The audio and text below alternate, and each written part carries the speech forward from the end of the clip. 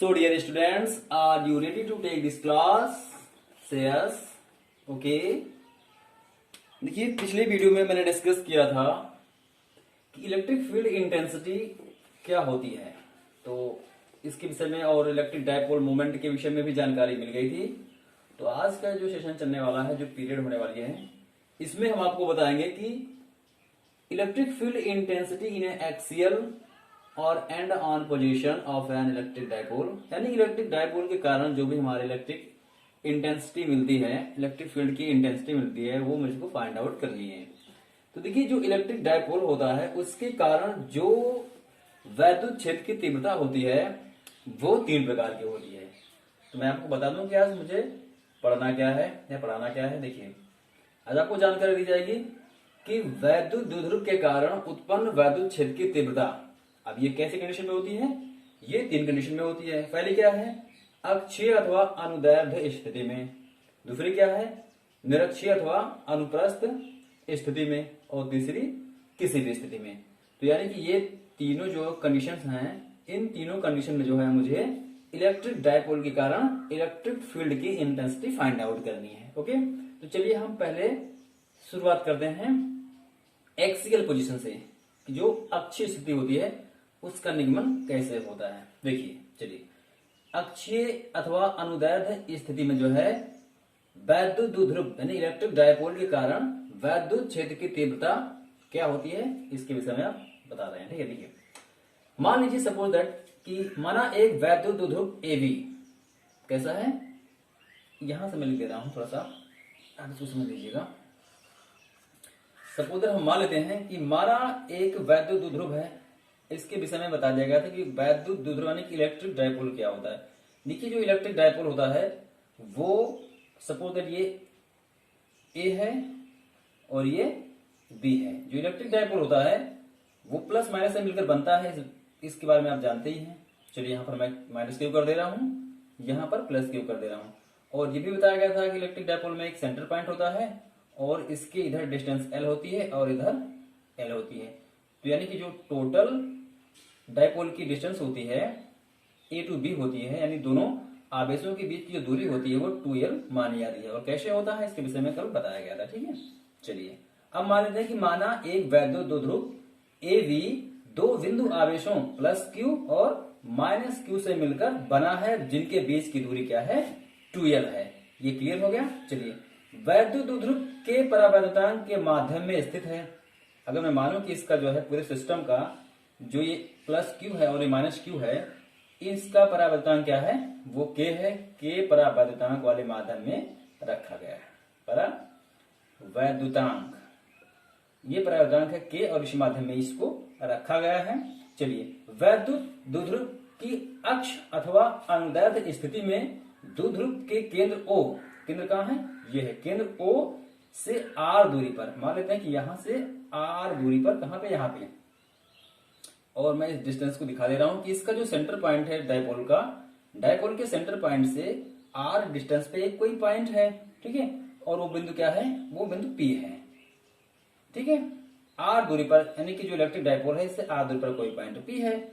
इसी पॉइंट पे क्या करना है, वैद्युत क्षेत्र की तीव्रता ज्ञात करनी है इस डायपोल के कारण, यानी इस निकाय के कारण या इस डायपोल के कारण, इलेक्ट्रिक डायपोल के कारण मुझे इसके सेंटर पॉइंट से आर डिस्टेंस पे एक पॉइंट पी है और उस पर मुझे क्या करना है, इलेक्ट्रिक फील्ड की इंटेंसिटी फाइंड आउट करनी है। तो ये रहा अक्षीय स्थिति का कंडीशन। ठीक है, चलिए अब हम क्या करते हैं, सारी डिस्टेंस को मालूम कर लेते हैं। देखिए अगर हम बात करें कि प्लस क्यू की दूरी क्या होगी, देखिए एक प्लस क्यू यहाँ है, माइनस क्यू यहाँ है।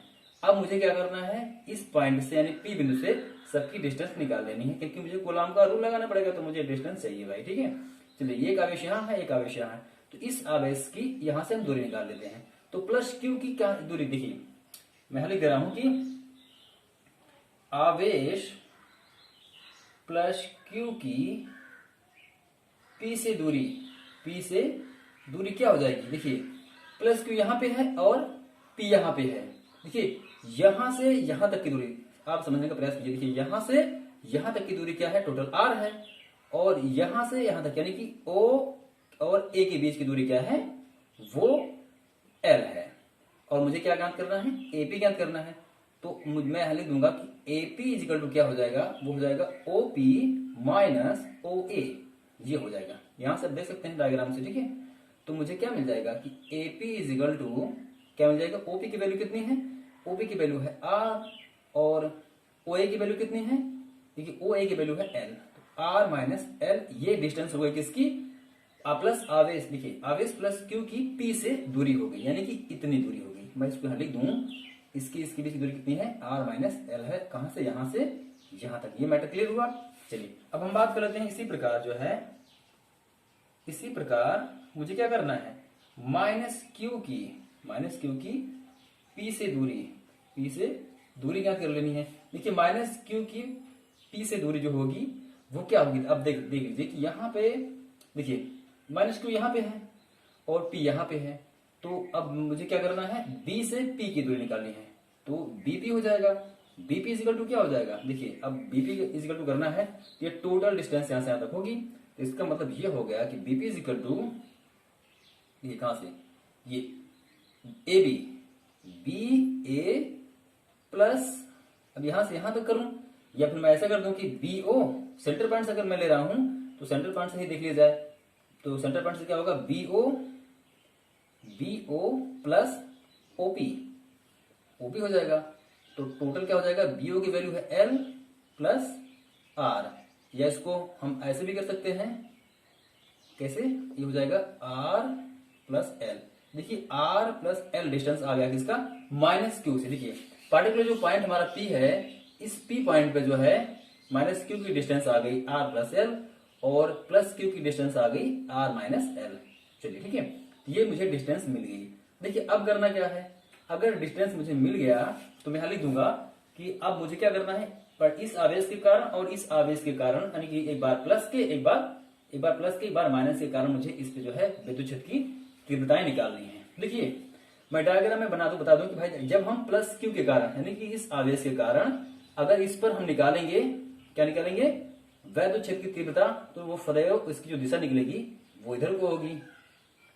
एक और मैं इसको लिख दे रहा हूं कि ये क्या होगी, वेक्टर ई ए, और जब माइनस क्यू के कारण इस पर हम निकालेंगे तो उसकी दिशा इधर को होगी, किधर को, पी से बी की ओर, ये हो जाएगा मेरा ई बी। मैं इसको यहां नोट डाउन कर दे रहा हूं, ठीक है। ये पर्टिकुलर पॉइंट हमारा पी है, ठीक है।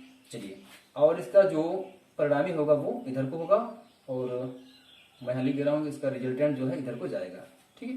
ये हो गया डायग्राम आपका। अब मैं निकाल दे रहा हूं कि बारी बारी से मुझे करना है, एक बार पी ए प्लस क्यू से, एक बार माइनस क्यू से निकालना है। तो मैं लिखूंगा यहां की प्लस क्यू आवेश के कारण पी पर विद्युत क्षेत्र की तीव्रता अब मुझे निकालना है, तो वो क्या हो जाएगा, देखिए प्लस क्यू के कारण निकाल रहा हूं मैं, किस पे, प्लस क्यू के कारण पी पे, तो देखिए वो हो जाएगा vector E A is equal to क्या हो जाएगा, 1/4πε0, और माध्यम का परवृत्तांक है के।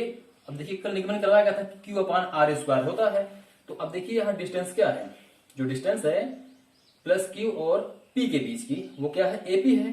तो मैं यहां लिख दूंगा कि एपी स्क्वायर क्या हो जाएगा, एपी स्क्वायर होगा, और ये किधर रहेगा, एपी दिशा में ही रहेगा, किधर, एपी दिशा में, ठीक है। चलिए अगर मैं आगे बात करूं कि इसको मैं सॉल्व करूं, यानी कि एपी की वैल्यू कितनी है, आर माइनस एल है, तो मुझे क्या करना पड़ेगा, देखिए मैं यहां लिख दे रहा हूं, तो ई ए इजिकल टू क्या हो जाएगा, vector E A is equal to 1/4πε0 के क्यू अपान, अब यहां पर देखिए एपी की वैल्यू रखनी है, और एपी की वैल्यू कितनी है, ये है आर माइनस एल का होल स्क्वायर, ठीक है। ये किधर हो गया, एपी की ओर हो गया। मैं इसको इक्वेशन फर्स्ट मान ले रहा हूं। ये तो होगा किसके कारण, ये प्लस क्यू आवेश के कारण जो है विद्युत क्षेत्र की तीव्रता मिल गई, किस पॉइंट पे, इस पॉइंट पे, यानी कि जो प्लस क्यू है इसके कारण इस पे मैंने निकाल लिया, और इसकी दिशा जो है देखिए इधर हो गया, एपी डायरेक्शन में कर दिया गया, ठीक है। चलिए अब मैं बात कर ले रहा हूं, देखिए ए से पी की ओर है तो डायरेक्शन इधर को दिखाना पड़ेगा, ठीक है। अब मैं बात कर ले रहा हूं कि इसी प्रकार से मुझे क्या करना है, माइनस के कारण, इसी प्रकार मैं अब इस पॉइंट पे चार्ज के कारण यानी जो माइनस क्यू है, जो डायपोल का माइनस क्यू पॉइंट है, इससे मैं निकाल ले रहा हूं माइनस। इसी प्रकार माइनस क्यू आवेश के कारण, माइनस क्यू आवेश के कारण पी पर वैद्युत क्षेत्र की तीव्रता, वैद्युत क्षेत्र की तीव्रता वो क्या हो जाएगी, मान लेता हूं मैं, वो क्या है, EB है। Vector EB equal to same formula वही 1/4πε0 के, उसके बाद यहां पर Q अपान, अब यहां पर देखिए डिस्टेंस क्या है, ये है BP है, तो BP स्क्वायर हो जाएगा। और ये किधर लगेगा, ये लगेगा BP दिशा में ही, सॉरी किधर PB दिशा की लगेगा, यानी P से B की ओर आएगा। देखिए माइनस है और यहाँ पर एक पॉइंट चार्ज माना जाता है, वो पॉजिटिव होता है, ठीक है।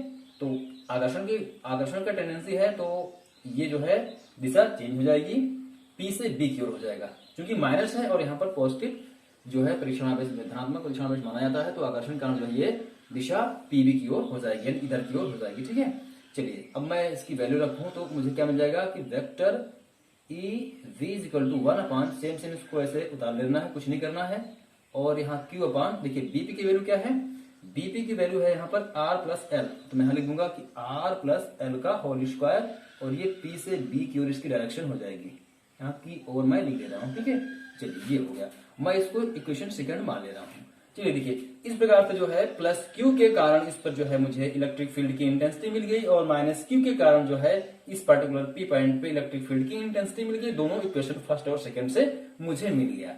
अब लेकिन देखिए, अब अध्यारोपण के सिद्धांत के अनुसार देखिए, अब चूंकि ये जो इलेक्ट्रिक फील्ड की इंटेंसिटी मुझे मिली है, EA और EV जो मिला है, ये दोनों अपोजिट डायरेक्शन में है या अलग अलग दिशाओं में है। तो इन दिशाओं में दो प्रकार की वैद्युत क्षेत्र की तीव्रताएं मिल रही हैं। तो मुझे करना क्या है कि मुझे अध्यारोपण के सिद्धांत से, मैं क्या लिखूंगा कि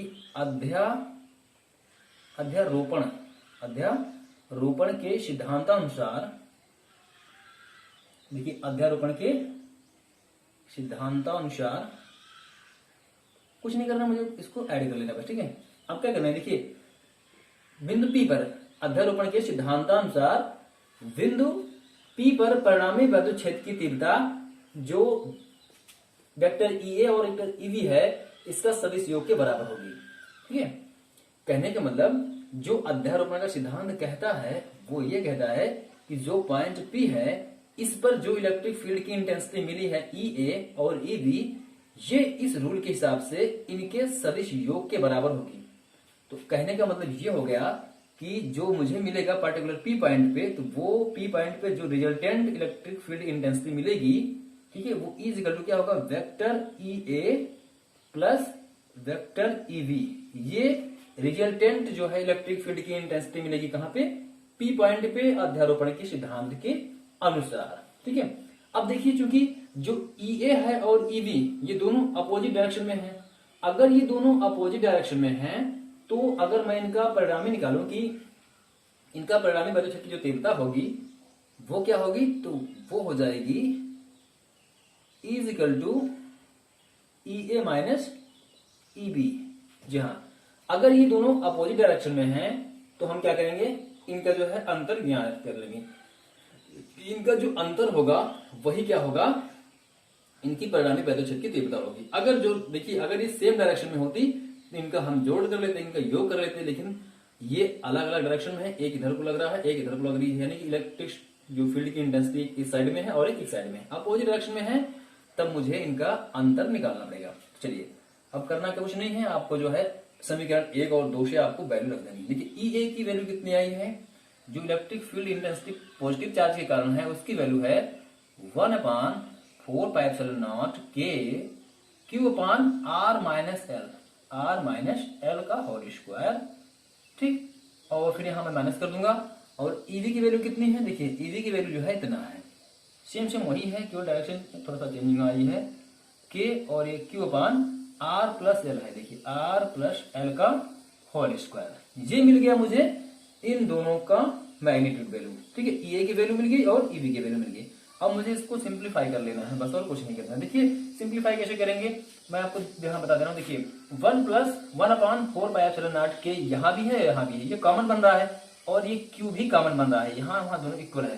तो मैं यहाँ Q upon 4 pi epsilon not के, इसको कॉमन ले रहा हूं तो मुझे यहाँ क्या मिल जा रहा है, यहाँ मिल जा रहा है कि आर माइनस एल का whole square minus 1 upon R plus L का होल स्क्वायर। देखिए ये चीज मुझे क्या मिल गया, कॉमन मिल गई। देखिए ये चीज यहाँ क्यू, यहाँ भी क्यू, क्यू कॉमन हो गया।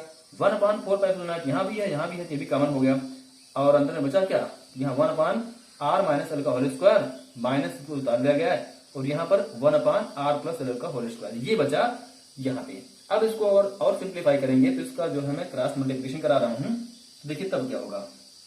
यहां से देखिए तो ये हो जाएगा इज इक्वल टू देखिए यहां से देखिएगा, ठीक है, मैं इसको क्रॉस मल्टीप्लिकेशन कराऊंगा तो Q upon 4 pi epsilon not के, ये तो रहेगा ही, और इस ब्रैकेट के अंदर में एक क्रॉस तिरछा गुणा होगा, इसमें एक 1 टाइम है तो मुझे क्या मिल जाएगा कि आर प्लस एल का होल स्क्वायर माइनस, ये भी कराएंगे इसमें तो क्या हो जाएगा माइनस आर माइनस एल का होल स्क्वायर, ये मिल गया। ठीक है, ये देखिए यहां से आर देखिए, सॉरी ये प्लस में होगा, ये माइनस में होगा। ठीक है, अब कुछ नहीं करना है, इसके बाद नीचे नीचे गुणा होता है, इधर इधर गुणा होता है, तो क्या मिल जाएगा मुझे आर माइनस एल का होल स्क्वायर और आर प्लस एल का होल स्क्वायर, ये मिल गया। देखिए सिंप्लीफिकेशन कैसे करते हैं, आपको विस्तार करना है, निगमन करना है, तो आपको कुछ नहीं करना है, साफ साफ लिखना है Q upon 4 pi epsilon not के, इसको ऐसे उतार लिया जाएगा। अब देखिए यहां से क्या करना है, अब इसको जो हम ओपन करेंगे तो ए प्लस बी का होल स्क्वायर का फार्मूला लगाएंगे। देखिए आर प्लस एल का होल स्क्वायर है तो ए प्लस बी का, और यहाँ ए माइनस बी का फार्मूला। देखिए ए प्लस बी का फार्मूला क्या होता है, R square plus L square plus 2 R L, ये हो जाएगा।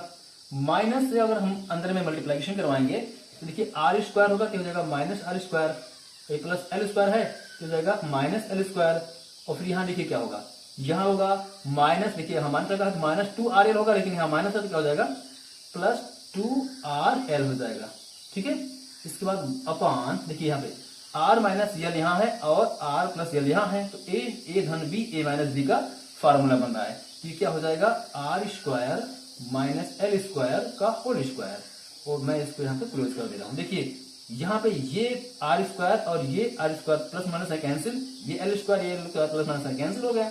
अब करना क्या है, इज इक्वल टू क्या हो जाएगा Q upon 4 pi epsilon not, ठीक है, यहाँ क्या बचा 2 आर एल, यहाँ 2 आर एल, यहाँ क्या बच गया 4 आर एल अपान, यहाँ क्या हो जाएगा, ये हो जाएगा R square minus L square का होल स्क्वायर, ये बच गया। अब देखो क्या करना है, देखिए थोड़ा सा और सिंप्लीफाई मैं कर दूं यहाँ पर, देखिए तो इज इक्वल टू क्या हो जाएगा Q upon 4 pi epsilon not के। अब देखिए यहाँ से क्यू की जो होता है पी इज इक्वल टू होता है 2QL, 2QL होता है, पी इज इक्वल टू यानी पी की वैल्यू क्या होती है 2QL होती है। अगर मैं यहाँ से बनाऊं थोड़ा सा, तो मैं इसको थोड़ा सा लिख दूं कि अभी मैं लिख दे रहा हूँ यहाँ, देखिए यहाँ पे चूंकि P is equal to 2QL ये होता है, तो अब यहाँ से मुझे क्या करना है, देखिए मैं इसको सेट करूंगा तो ये मुझे मिल जाएगा, या फिर मैं यहाँ पर 1 कर दे रहा हूँ, और यहाँ से यह 4 है तो उसको मैं तोड़ दे रहा हूँ इसका गुणनखंड में, तो 2 इंटू हो जाएगा 2QL, और मैं R को यहाँ कर दे रहा हूँ, अलग कर दे रहा हूँ, upon R square minus L square का होल स्क्वायर मैं इसे कर दे रहा हूँ। देखिए सिंप्लीफिकेशन करने के लिए और वैल्यू को पुट अप करने के लिए ये इसको तोड़ा गया है। देखिए 1 अपान 4 पाई एप्सिलॉन नॉट के, इसको मैं ऐसे लिख ले रहा हूँ, और देखिए इसकी वैल्यू कितनी आ गई, P आ गई, तो हो जाएगा 2PR upon R square minus L square का होल स्क्वायर, ये हो गया। चलिए ये तो कुछ थोड़ा सा कम हो गया। अब देखिए यहाँ पे, अब मुझे आर और एल की प्रॉब्लम सॉल्व करनी है। अब थोड़ा सा मैं समझा दूं यहाँ पर, देखिए जो एल है ये डाइपोल की डिस्टेंस है, जो एल आपको यहाँ मिल रहा है ये डाइपोल के सेंटर पॉइंट से किसी आवेश की दूरी है, और जो आर है वो डाइपोल के सेंटर पॉइंट से किसी पार्टिकुलर दूर पॉइंट की जो है डिस्टेंस है, जहां पे इलेक्ट्रिक फील्ड की इंटेंसिटी फाइंड आउट करनी है। अगर मैं ये बोलूं कि आर की वैल्यू एल के सापेक्ष काफी ज्यादा है, तो जो एल स्क्वायर है वो आर स्क्वायर के सापेक्ष बहुत कम होगा। तो कहने का मतलब कि अगर आर बड़ा है एल से, तो R square very very greater than L square होगा, तो जो है एल को नगण्य मान लेंगे हम, एल स्क्वायर को नगण्य मानेंगे। कैसे मानेंगे, नगण्य है। और अब यहां पर अगर मैं इसको खोलूंगा तो एल की घात 4 आएगा, तो वो तो और भी छोटा होगा। तो ऐसी सिचुएशन में क्या होगा कि E इज इक्वल टू क्या हो जाएगा 1 अपान 4 पाई एप्सिलॉन नॉट के 2PR, और ये हो जाएगा देखिए आर स्क्वायर, यहाँ आर स्क्वायर, तो आर की पावर 4 हो जाएगा। अब देखिए ऊपर भी आर है तो ये भी आर है, तो ये कैंसिल हो जाएगा, तो ई की पावर क्या मिलेगा 1/4πε0 के हो जाएगा 2p/r3। यही क्या है आपका फार्मूला है, यही जो है इलेक्ट्रिक फील्ड इंटेंसिटी का फार्मूला है ड्यू टू इलेक्ट्रिक डाइपोल। देखिए किसी इलेक्ट्रिक डाइपोल के कारण उसके सेंटर पॉइंट से r डिस्टेंस पर अगर कोई पॉइंट p है तो उस पर जो इलेक्ट्रिक फील्ड की इंटेंसिटी मिलती है वो दो प्रकार से मिलती है, और दोनों का जब हम रिजल्टेंट फाइंड आउट करते हैं अध्यारोपण के सिद्धांतानुसार तो मुझे ये मिलता है। ठीक है, यानी कि E = 1/4πε0 के 2p/r⁵ ये मिलता है, और इसकी जो यूनिट होती है वो होती है न्यूटन प्रति कूलम। यहाँ न्यूटन प्रति जो है कूलम इसकी यूनिट बनती है। अगर वेक्टर फॉर्म में कहूं, किसमें, सदिश रूप में, अगर मैं सदिश रूप में कहूं इसका रूल क्या होगा, तो यही कुछ नहीं करना आपको, हो जाएगा वेक्टर E = 1/4πε0 के, और देखिए यहाँ पे P जो है वो भी चेंज हो जाएगा, तो ये हो जाएगा 2 वेक्टर p/r⁵। ठीक है, ये हो जाएगा वेक्टर फॉर्म में, और यहाँ इसकी यूनिट भी रहेगी वही न्यूटन प्रति कूलम, ये यूनिट हो जाएगी, ये रहेगा इसका वेक्टर फार्मूला। तो आई थिंक जो है ये खत्म हुआ। देखिए अब इसको आप नोट डाउन कर सकते हैं, इसमें से आप वीडियो को पॉज करके जो है ये डेरिवेशन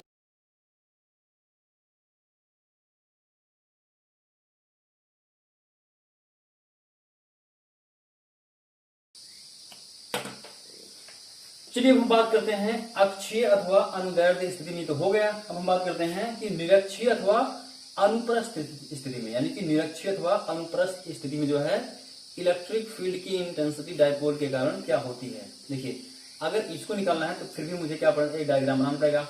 देखिए अब मान लेते हैं कि माना एक वैद्युत द्विध्रुव AB दो बिंदु आवेशों -q, वही सेम करना है कि सपोज दैट मैं मान लेता हूं कि एक पॉइंट यहाँ पर है और ये पॉइंट B है, और एक पॉइंट यहाँ पे है, ए मैं यहाँ कर दे रहा हूँ, और पॉइंट A है। देखिए A और B है, और ये जो दोनों हैं ये -q से बना है और ये +q से बना है। देखिए डायपोल हमेशा दो प्लस माइनस से बनता है, इस बात का ध्यान देना। और इसका सेंटर पॉइंट है, सेम आपको डायपोल बनाना है, ये L हो जाएगा, ये L, और दोनों आवेशों के बीच की दूरी क्या जाएगी, ये टोटल 2L हो जाएगी। ठीक है, अब मुझे क्या करना है कि निरक्षीय स्थिति में करना है। देखिए भाई ये एक्सिस होता है, जो ये पॉइंट होता है ये होता है एक्सिस, अगर इसके आगे कोई है या पीछे है तो वो एक्सिस पे होगा। अब मुझे इसके अक्ष से मतलब कि इसके अक्ष से क्या करना है, दूर, यानी निरक्ष में जो है निकालना है। अगर मुझे निरक्ष में निकालना है तो मैं मान ले रहा हूँ कि सपोज इसका इससे r डिस्टेंस पे यहाँ पे कोई एक निरक्ष है, पॉइंट है, ये डिस्टेंस r है, और इस पॉइंट कौन सा, ये P है, वही सेम। ठीक है, P पॉइंट है और मुझे इस पे निकालना है। अब देखिए अगर A B ये डायपोल का फॉर्मेशन कर रहे हैं -q+q के कारण, और इनके सेंटर पॉइंट से अगर r डिस्टेंस पे कोई पॉइंट P है जहां पे मुझे क्या करना है, इलेक्ट्रिक फील्ड की इंटेंसिटी फाइंड आउट करनी है इस डायपोल के कारण, तो मैं क्या करूंगा, देखिए इसके लिए मुझे दोनों आवेशों से P की दूरी चाहिए, तो मैं यहाँ से इसको मिला दे रहा हूँ, इसको यहाँ से मिला दूंगा और मैं इसको यहाँ से मिला दूंगा। ठीक है, तो ये बन गया मेरा डायग्राम। अब मुझे देखिए यहाँ से जो B है, B से P की डिस्टेंस मिल गई, और यहाँ से A से P की दूरी यहाँ से मैं निकाल लूंगा, और जब दूरी मिल जाएगी तो मैं कूलम का नियम लगा के इलेक्ट्रिक फील्ड की इंटेंसिटी फाइंड आउट कर लूंगा। ठीक है, चलिए अब मैं थोड़ा सा बोल दे रहा हूँ, जो आपका लिखने का पॉइंट बनता है वो ये बनता है कि माना एक वैद्युत द्विध्रुव AB दो बिंदु आवेशों -q+q से मिलकर बना है, जिनके बीच की दूरी 2L है। वैद्युत द्विध्रुव जो है ये K परावर्तनांक माध्यम में रखा गया है। मैं यहाँ पर लिख दे रहा हूँ कि K परावैद्युतांक माध्यम में रखा गया है, आप सुनकर जो है नोट तैयार कर सकते हैं। ठीक है, K परावैद्युतांक माध्यम में रखा गया है। वैद्युत द्विध्रुव की निरक्षण या अनुप्रस्थ स्थिति में द्विध्रुव के केंद्र O से r दूरी पर स्थित पॉइंट P है। ठीक, पॉइंट P है, और इस पॉइंट P पे क्या करना है, आपको वैद्युत क्षेत्र की तीव्रता ज्ञात करनी है। ठीक है, अब देखिए अगर इसकी तीव्रता ज्ञात करनी है तो मुझे क्या करना है कि पॉइंट P की जो है +q और -q से मुझे डिस्टेंस निकालनी पड़ेगी।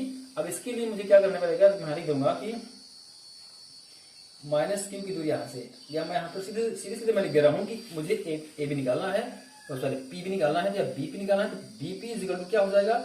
अब देखिए BP निकालने के लिए मैं बता दूं कि यहाँ पर पाइथागोरस की परिमेय लगेगी। देखिए जो ये वाला एंगल है ये 90 डिग्री का है, ये 90 डिग्री का है, तो ये समकोण बन गया, क्या हो जाएगा, समकोण। देखिए समकोण त्रिभुज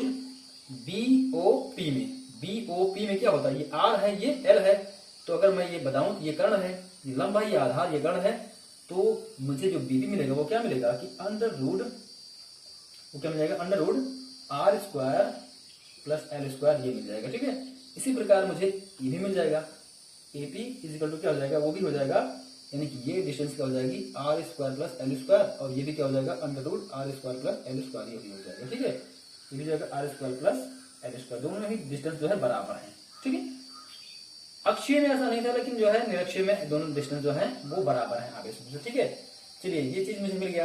अब करना क्या है, आपको कुछ नहीं करना है, डिस्टेंस आपको मिल गया है, आपका डायग्राम बन गया है। अब सीधे सीधे क्या करना है, प्लस क्यू माइनस क्यू, देखिए माइनस क्यू से इस पॉइंट पे और प्लस क्यू से इस पॉइंट पे मुझे इलेक्ट्रिक फील्ड की इंटेंसिटी निकाल लेनी है। देखिए अगर मैं प्लस क्यू से निकालूंगा तो कंफर्म है ये ए की दिशा में होगी और इधर को जाएगा, समझा दे रहा हूँ कि ए की दिशा में होगी और इधर को जाएगा, कि मेरा क्या होगा कि ये हो गया ईपी हो गया। ठीक है, ये जो इलेक्ट्रिक फील्ड की इंटेंसिटी मुझे मिलेगी इधर को मिलेगी। ठीक है, चलिए मैं यहाँ से थोड़ा सा मैं लिख रहा हूँ कि ये ईपी मुझे मिल गया, और यहाँ से एक इसको जाने दीजिए भाई थोड़ा सा रेखा को आगे। ठीक है, और अगर मैं निकालूंगा कि माइनस क्यू के कारण, अगर मैं माइनस क्यू के कारण निकालूंगा तो कंफर्म है वो पी से बी की ओर आती है, अभी पिछले में बताया गया आपको, तो ये इधर को आएगा, तो ये जाएगा ईवी, ईवी दिशा में। ठीक है, ये पी दिशा में इधर को आएगी माइनस क्यू के कारण। अब देखिए एक इधर जा रहा है, एक इधर आ रहा है, अगर इन दोनों का मैं परिणामी की बात करूंगा तो इन दोनों का परिणामी जो है इधर को जाएगा। ठीक है, जो अध्यारोपण के हिसाब से जो है इनका परिणामी इधर को जाएगा, और वो क्या होगा वेक्टर ई होगा। ठीक, और अगर मैं इसको बनाऊं तो देखिए यहाँ पर जो है ये दो घटकों में डिवाइड हो रहे हैं। ठीक, दो कंपोनेंट में डिवाइड हो रहे हैं।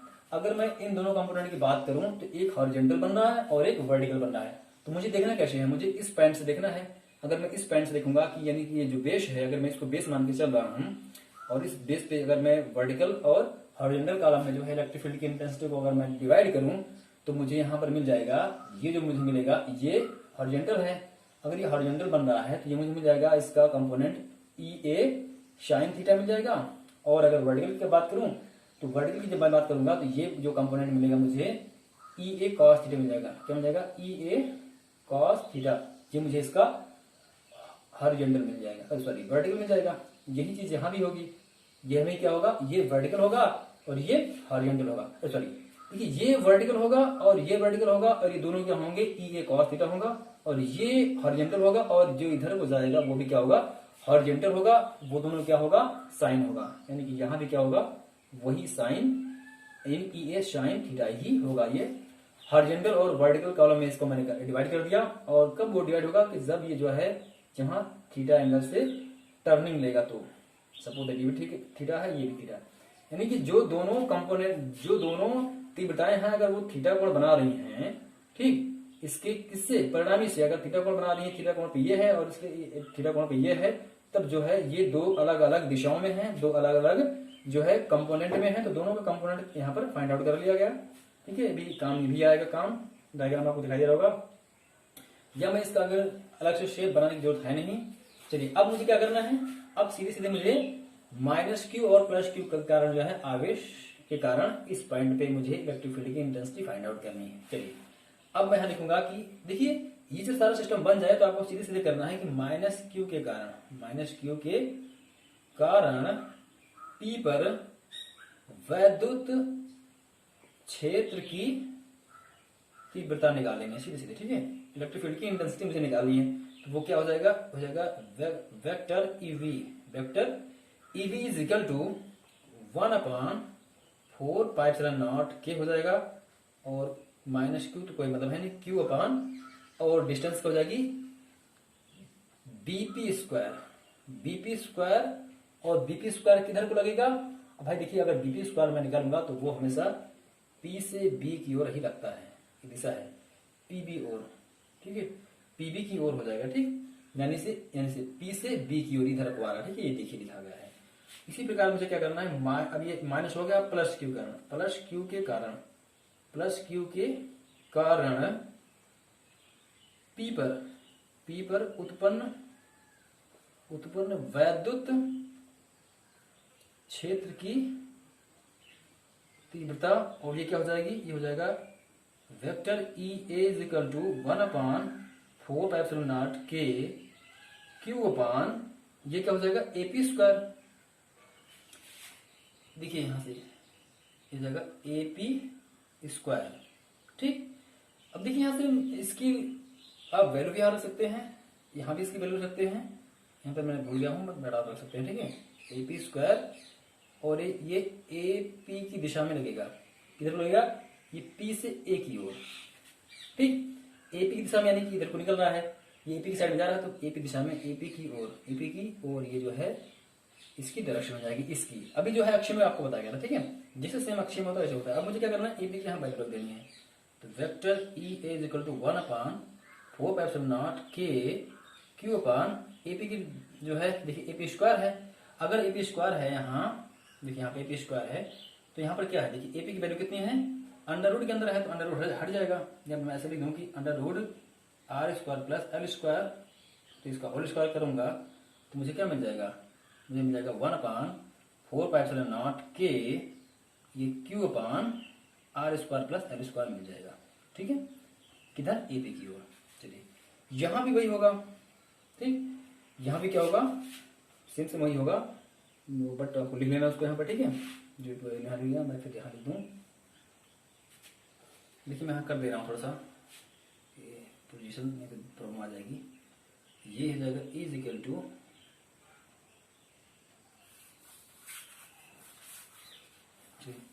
देखिए माइनस Q के कारण P पर वैद्युत क्षेत्र की तीव्रता क्या होगी, वो देखिए मैं लिख दे रहा हूँ कि हो जाएगी EV, vector EV is equal to 1/4π0 K, ये जाएगा Q अपान BP का होल स्क्वायर, और वो हमेशा किधर की लगेगा, P से B की ओर, P से V की ओर, ये इसकी डायरेक्शन हो जाएगी। अब देखिए BP की वैल्यू रखनी है यहाँ से, तो मैं यहाँ पर रख दे रहा हूँ 1/4π0 K, ये हो जाएगा Q upon under root R square plus minus R square plus L square है, इसका होल स्क्वायर। ठीक है, और इसको मैं सॉल्व करूंगा तो मुझे क्या मिल जाएगा, 1/4π0 K Q upon R square plus L square, ये मिल गया। इधर PB की ओर, PB की ओर मैं इसको क्वेश्चन फर्स्ट मान ले रहा हूँ। ठीक है, ये तो आ गया जो है माइनस Q के कारण जो है P पे आवेश, वो सॉरी इलेक्ट्रिक फील्ड की इंटेंसिटी आ गई, यानी कि जो ये पॉइंट है, इस पॉइंट चार्ज के कारण जो है इस पे इलेक्ट्रिक फील्ड की इंटेंसिटी इधर को आएगी। देखिए ये आ रही। ठीक है, ये पॉइंट मुझे मिल गया यहाँ से। ठीक, देखिए इसके बाद क्या करना है, ये माइनस Q के कारण मिल गया, अब आपको करना है प्लस Q के कारण। इसी प्रकार जो है प्लस Q के कारण P पर वैद्युत क्षेत्र की तीव्रता ये निकालनी है, तो क्या हो जाएगा, EA हो जाएगा, vector EA is equal to क्या हो जाएगा, सेम से वही होगा 1/4π0 K, और यहां पर हो जाएगा Q अपान AP स्क्वायर।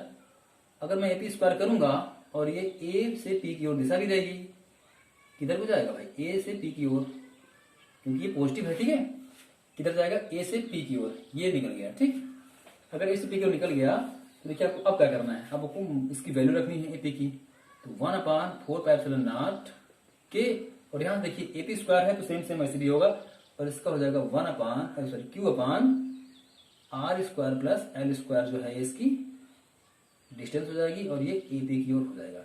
मैं इसको इक्वेशन सेकंड मान रहा हूँ। देखिए दोनों इक्वेशन मुझे मिल गए, यानी कि EA और EV दो इलेक्ट्रिक फील्ड की इंटेंसिटी मुझे इस पॉइंट पे मिली। एक इधर को जा रहा है, देखिए यहाँ ध्यान से देखिए डायग्राम में देखिएगा, एक इधर से इधर को जा रहा है और दूसरा इधर से इधर को आ रहा है, और इनका अगर मैं अध्यारोपण की बात करूं तो इनका जो रिजल्टेंट है वो इधर जा रहा है। ठीक है, एक रिजल्टेंट इनका जो है अगर थीटा एंगल से निकल रहा है, या फिर ये जो दोनों इलेक्ट्रिक फील्ड की जो इंटेंसिटी है EP और EB, जो EP और सॉरी EA, जो EA और EB जो इलेक्ट्रिक फील्ड की इंटेंसिटी है, अगर ये अपने परिणामी से जो है थीटा एंगल पे है, तो ये जो है दो कंपोनेंट का जनरेशन करती हैं, और एक वर्टिकल होता है और एक हॉरिजॉन्टल। अगर मैं वर्टिकल और हॉरिजॉन्टल में इनको डिवाइड करूं तो मुझे देखिए यहाँ पे मिल रहा है EA sin थीटा, ये कंपोनेंट मिला, और इसका अपोजिट E देखिए यहाँ भी मिलेगा EA sin थीटा, लेकिन ये दोनों सेम सेम डायरेक्शन में है। देखिए अपोजिट डायरेक्शन में है, बट क्या है, सीधे विपरीत दिशा में है।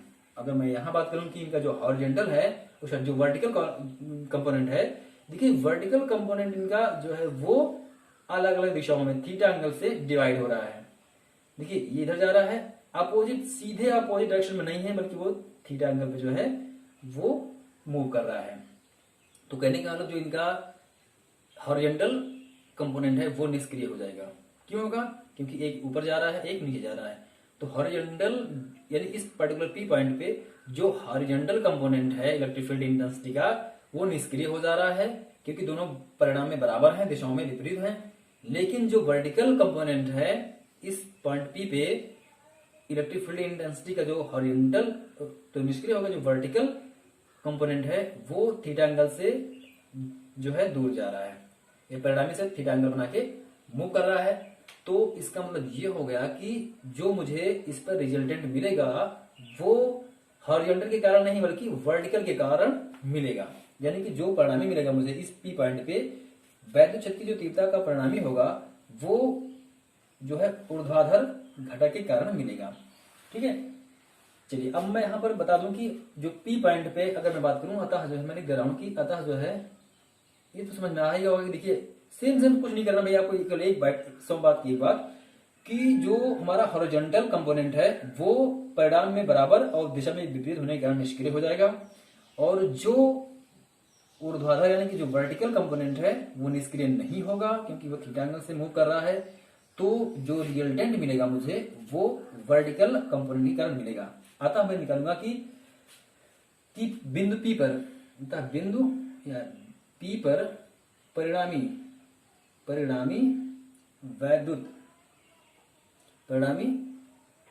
वैद्युत क्षेत्र की तीव्रता, परिणामी वैद्युत की तीव्रता वो क्या हो जाएगी, E इजिकल टू हो जाएगा EA cos theta, EA cos theta plus EB cos theta, EB cos theta.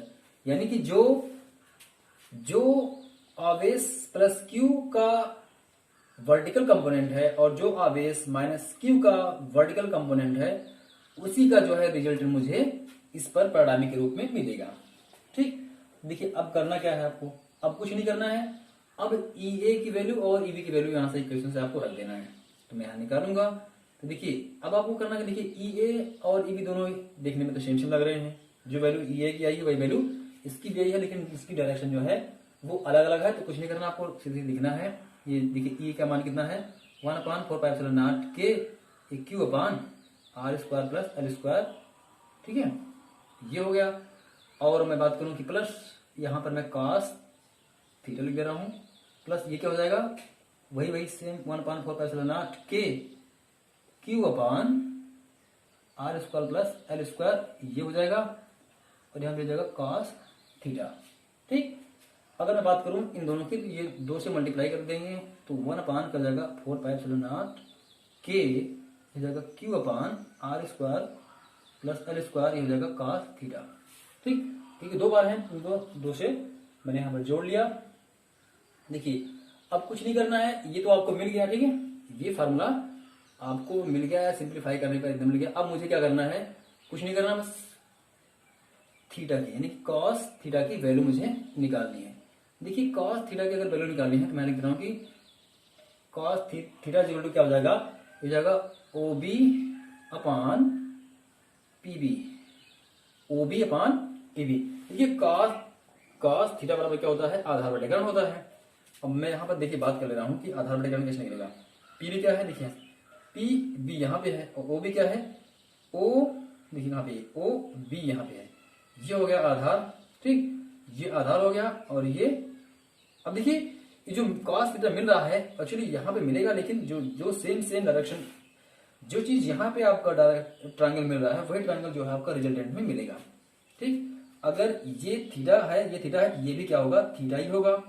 अगर ये थीटा होगा तो मैं बात करूंगा किसमें, त्रिभुज BOP में। अगर मैं त्रिभुज BOP में बात कर रहा हूं तो यहां से मुझे क्या मिलेगा, cos theta equal to OB/PB मिलेगा, यानी कि OB आधार हो गया बटे कर्ण यानी कि PB हो गया। बेस सेंस नहीं करना है, कुछ नहीं करना है, अब आपको इनकी वैल्यू रख देनी है, और इनकी वैल्यू रखूंगा तो मुझे क्या मिलेगा, देखिए cos थीटा इक्वल टू क्या हो जाएगा, OB की वैल्यू कितनी है, L है, तो ये हो जाएगा L/PB की वैल्यू कितनी है, ये है √L² एल स्क्वायर या R square plus L square है। R square plus L square किसकी वैल्यू है, वो पीवी की वैल्यू है, यही तो मिलेगा। चलिए तो cos थीटा की वैल्यू मिल गई मुझे। अब करना क्या है, अब मुझे इसको इसमें अप्लाई कर देनी है। तो मुझे अप्लाई करूंगा, क्या मिल जाएगा 1/, देखिए यहाँ पे 2 है ना, तो मैं 2 को वही बाद में इसका यूज कर दे रहा हूँ। देखिए 4πε0 के, और मैं यहाँ 2q कर दे रहा हूँ, ठीक है, 2q upon R square plus L square, और मैं cos थीटा की वैल्यू रखूंगा।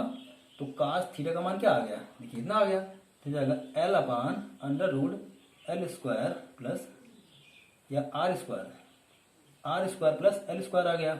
चलिए ये हो गया, ठीक। अब देखिए, अब मगर मुझे इसको सिंप्लीफाई करना है, ठीक। तो सिंप्लीफाई करने के लिए मुझे क्या करना पड़ेगा, देखिए यहां से अब हम जानते हैं कि, देखिए यहां से मैं लिख रहा हूं, चूंकि P इक्वल टू होता है 2QL, तो मुझे यहाँ देखिए 2QL ये है, तो यहां से मुझे E इक्वल टू मिल जाएगा 1/4πε0 K, और ये हो जाएगा P अपॉन, देखिए R square plus L square यहाँ पे है, और अगर मैं इसकी बात करूं तो ये अंडर रूट में है, तो अंडर रूट में अगर इसकी मैं यहाँ पर इसको सॉल्व करूंगा तो इसकी पावर आएगी 1/2, और अगर इसमें मैं जोड़ूंगा तो कितना हो जाएगा, हो जाएगा 1 + 1/2, तो 1 + 1/2 = 3/2, तो जो इसकी पावर है यानी कि R square plus L square, जो इसकी पावर बनेगी वो क्या बन जाएगी 3/2, ये इसकी पावर बन जाएगी, ठीक है। और आगे मैं इसको सिंप्लीफाई करूंगा तो E इक्वल टू मुझे क्या मिल जाएगा 1/4πε0 K, ठीक है, और ये मुझे मिल गया P। अब यहां से देखिए, अब यहां से मुझे करना क्या है, अब सेम वही करना है कि यदि जो है R इज ग्रेटर देन किससे, यदि R जो है L से ग्रेटर देन है तो R square is very very greater then L square होगा। अगर ऐसी कंडीशन है तो L स्क्वायर जो है, L स्क्वायर का मान नगण्य है, कैसा है, नगण्य है। इस बात को आपको ध्यान देना पड़ेगा कि जो डिस्टेंस है, जो डायपोल का डिस्टेंस होती है L, वो काफी सूक्ष्म होती है, और उसके सापेक्ष में अगर जो है R काफी बड़ा है, जो R की वैल्यू है अगर ये काफी बड़ी है, तो जो है हम L को नगण्य मान लेंगे, जो L स्क्वायर है वो नगण्य हो जाएगा। तब ऐसी कंडीशन में मुझे क्या मिलेगा, E इक्वल टू मिल जाएगा 1/4πε0 K, ये मिल जाएगा P, और यहाँ मिल जाएगा मुझे R स्क्वायर और इसकी पावर 3/2 मिल जाएगा, ठीक है। और मैं इसको अगर ओपन करूंगा तो 1/4πε0 K, ये मिल जाएगा P, देखिए R की स्क्वायर है यहाँ पर 3/2 है, तो ये 2 कैंसिल हो जाएगा, तो मुझे क्या मिलेगा कि R की पावर 3, यही क्या है, ये जो है निरक्षीय स्थिति में जो है इसका फार्मूला है। जो निरक्षीय स्थिति में जो है वैद्युत क्षेत्र की तीव्रता आती है वो E equal to 1/4πε0 K P/R³ आती है, और ये न्यूटन प्रति कूलम में होती है, ठीक है। ये हो गया कि जो है ये जो आपको मिला, ये जो आपको मिला है ये ब्रॉड साइड में मिला है, किसमें, ब्रॉड साइड पोजीशन में मिला है आपको, या निरक्षीय स्थिति में मिल गया, और डायपोल के कारण ये भी है। और अगर मैं बात करूं कि इसके वेक्टर फॉर्म की, तो वेक्टर फॉर्म में आपको कुछ नहीं करना है, या निर्वात, या अगर निर्वात और वाल की बात करूंगा तो के की वैल्यू क्या हो जाएगी, जो के है वो उसकी वैल्यू 1 हो जाएगी। और अगर मैं कहूं कि सदिश फॉर्म में, देखिए सदिश फॉर्म में अगर मैं लिखने की बात करूंगा तो सदिश रूप में हो जाएगा आपका ये E इक्वल टू क्या हो जाएगा, vector E equal to 1/4πε0 K हो जाएगा माइनस P वेक्टर अपान क्या जाएगा R³ न्यूटन प्रति कूलम। ये आपका फॉर्मूला में जाएगा, किसमें, सदिश की फॉर्म में। अगर K की वैल्यू 1 है, किसमें, निर्वात या वाल में, तो आप यहाँ सकते K को हटा सकते हैं, कहां पर, निर्वात या वाल में। निर्वात या वाल की बात की जाएगी तो वहां पर K की वैल्यू हो जाएगी, यहाँ से K हट जाएगा, ठीक है। इस प्रकार से ये जो फार्मूला रहा, ये जो डेरिवेशन रहा, ये निरक्षीय स्थिति में है कि निरक्षीय अथवा अनुप्रस्थ स्थिति में जो है किसी डायपोल के कारण जो है निरक्षीय स्थिति में क्या इलेक्ट्रिक फील्ड की इंटेंसिटी होती है, वो ये रहा। चलिए मैं इसको एक बार खटाखट फिर से बता दे रहा हूँ। देखिए निरक्षीय स्थिति में अगर आपको डेरिवेशन करना है, कुछ नहीं करना है, आपको एक डायपोल बनाना है, और एक डायपोल बनाने के बाद उसके सेंटर पॉइंट से या तो ऊपर या तो नीचे आप कहीं भी करेंगे, और एक पॉइंट P मानेंगे R दूरी पर, और इस P पॉइंट पे आपको क्या करना होगा, इस P पॉइंट पे आपको इलेक्ट्रिक फील्ड की इंटेंसिटी फाइंड आउट करनी है ड्यू टू ये डायपोल। तो अब करना क्या है, देखिए जो डायपोल का -q है और +q है, इन दोनों की जो है डिस्टेंस आपको निकालनी पड़ेगी पर्टिकुलर पी पॉइंट से, ठीक है। तो पी पॉइंट से इसकी और इसकी दूरी अगर हम निकालेंगे तो मुझे पीबी और एबी मिलेगा। तो देखिए यहाँ से बीपी की डिस्टेंस ये हो गया। अब देखिए ये कैसे निकलेगा, क्योंकि जब हम इसको पी को जो है इसके सेंटर पॉइंट से मिलाएंगे तो ये एक समकोण का निर्माण करता है, और जब समकोण का निर्माण करता है तो देखिए ये आधार हो गया, ये लंब है, ये कर्ण हो गया। जब हम इन तीनों के रिलेशन की बात करते हैं तो पाइथागोरस प्रमेय आती है। तो पाइथागोरस प्रमेय के हिसाब से जो है मुझे इसकी दूरी मिल गई, यानी इस आवेश से इसकी दूरी मिल गई और इस आवेश से इसकी दूरी मिल गई। अब करना कुछ नहीं है, कूलाम का नियम लगा दीजिए। अब माइनस क्यू के कारण मैं निकाल रहा हूँ कि माइनस क्यू आवेश के कारण इस पर जो है इलेक्ट्रिक फील्ड की इंटेंसिटी क्या होती है उसको निकाल लिया गया। ये हो गया, ठीक है। ये माइनस के कारण जो है हमेशा पी से बी की ओर रहेगा दिशा, और इसी प्रकार से प्लस क्यू के कारण जो है मैं जो है इस पे इलेक्ट्रिक फील्ड की इंटेंसिटी फाइंड आउट कर ले रहा हूँ, तो वो मुझे क्या मिल जाएगा, एपी की दिशा की ओर मिल जाएगा। अब देखिए दोनों दिशाओं में अलग अलग गए हैं ये जो है इलेक्ट्रिक फील्ड की इंटेंसिटी। जो अगर मैं इन पर इनके जो है रिजल्टेंट की बात करूंगा तो वो क्या होगा, देखिए यहां पर रिजल्टेंट की बात आती है तो यहां पर कंपोनेंट डिवाइड होते हैं। जो प्लस क्यू है ये दो कंपोनेंट में डिवाइड होता है, एक हॉरिजॉन्टल एक वर्टिकल, और जो माइनस क्यू है ये भी जो है दो कंपोनेंट में डिवाइड होता है, प्लस वर्टिकल और हॉरिजॉन्टल। यानी कि दोनों इलेक्ट्रिक फील्ड की इंटेंसिटी जो है वो दो यानी कि हॉरिजॉन्टल और वर्टिकल में डिवाइड होती हैं। लेकिन जो इस पॉइंट पी पे जो है, जो पी पॉइंट है इस पर जो माइनस क्यू का हॉरिजॉन्टल है और जो प्लस क्यू का हॉरिजॉन्टल है, ये हॉरिजॉन्टल जो इलेक्ट्रिक फील्ड की इंटेंसिटी है इसका हॉरिजॉन्टल कंपोनेंट वो निष्क्रिय हो जाता है। और होता क्यों है, क्योंकि जो है इनके मैग्नीट्यूड इक्वल होते हैं और इनकी डायरेक्शन जस्ट अपोजिट होती है, इसलिए ये निष्क्रिय हो जाते हैं। तो मुझे पी पॉइंट पे जो रिजल्टेंट इलेक्ट्रिक फील्ड की इंटेंसिटी मिलती है वो वर्टिकल कंपोनेंट के कारण मिलती है, और वो कितना मिलता है, इतना मिलता है, ठीक है। अब करना क्या है कि मुझे इसमें इसकी वैल्यू और इसकी वैल्यू यहाँ पर मुझे रख देनी है। जब इन दोनों की वैल्यू रखूंगा तो मुझे यहाँ पर cos थीटा की वैल्यू फाइंड आउट करनी पड़ती है। और अगर cos थीटा की वैल्यू बात करूं तो ट्रायंगल बीओपी में मुझे क्या मिलता है, ये मिलता है ओबी अपान पीबी मिलता है। आप देख लीजिए कि जो है आधार बटे कर्ण ये रूल होता है, और आधार की वैल्यू एल है, कर्ण की वैल्यू ये है। तो यहाँ से मुझे क्या करना है, यहाँ से मैंने इसको रख दिया cos थीटा की वैल्यू। अब इसको रखने के बाद क्या होगा, देखिए यहाँ से 2ql हो गया, और 2ql की वैल्यू क्या होती है, p होती है, डायपोल मोमेंट होता है। तो p क्या है, डायपोल मोमेंट है, और ये 2ql होता है। तो मुझे इन दोनों को स्किप करके इन तीनों को मुझे यहाँ p रख देना पड़ेगा, ठीक है। तो मैंने यहाँ p रख दिया और ये हो गया एक सिंप्लीफिकेशन। अब फिर करना क्या है, अब मामला रह गया एल स्क्वायर का। तो देखिए अगर यहां से मैं बात करता हूं कि डायपोल की डिस्टेंस अगर बहुत छोटी है और r से बड़ा है तो जो r स्क्वायर होगा वो एल स्क्वायर के सापेक्ष बहुत ज्यादा बड़ा होगा। तो मुझे एल स्क्वायर को नगण्य कर देना है, हटा देना है। इसके बाद मुझे क्या मिलेगा, देखिए यहाँ पे मुझे मिलेगा जब एल स्क्वायर हटेगा तो मुझे आर स्क्वायर की पावर 3/2 होगा। जब आर स्क्वायर की पावर 3/2 होगा तो यहाँ से 2 कैंसिल हो जाएगा, तो आर की पावर 3 बचेगा, वही यहाँ पर मैंने लिख दिया, ठीक है। अब करना कुछ नहीं है, आप सदिश रूप में लिखना है, सदिश रूप में आपको इसको प्रकार से लिख सकते हैं। और अगर के को हटाना है तो के की वैल्यू जो निर्वात या वायु में 1 होती है, किसी माध्यम में है तो पार्टिकुलर माध्यम का वहां पर के की मान रख दिया जाएगा, ठीक है। तो चलिए ये हो गया जो है ये निरक्षीय स्थिति में हो गया। चलिए अगर मैं बात करूं कि किसी भी स्थिति में जो है क्या कंडीशन होती है, अगर किसी भी स्थिति में कंडीशन की बात आती है तो मैं इसको अब नेक्स्ट वीडियो में बनाऊंगा, क्योंकि वीडियो काफी लंबा हो जा रहा है, ठीक है।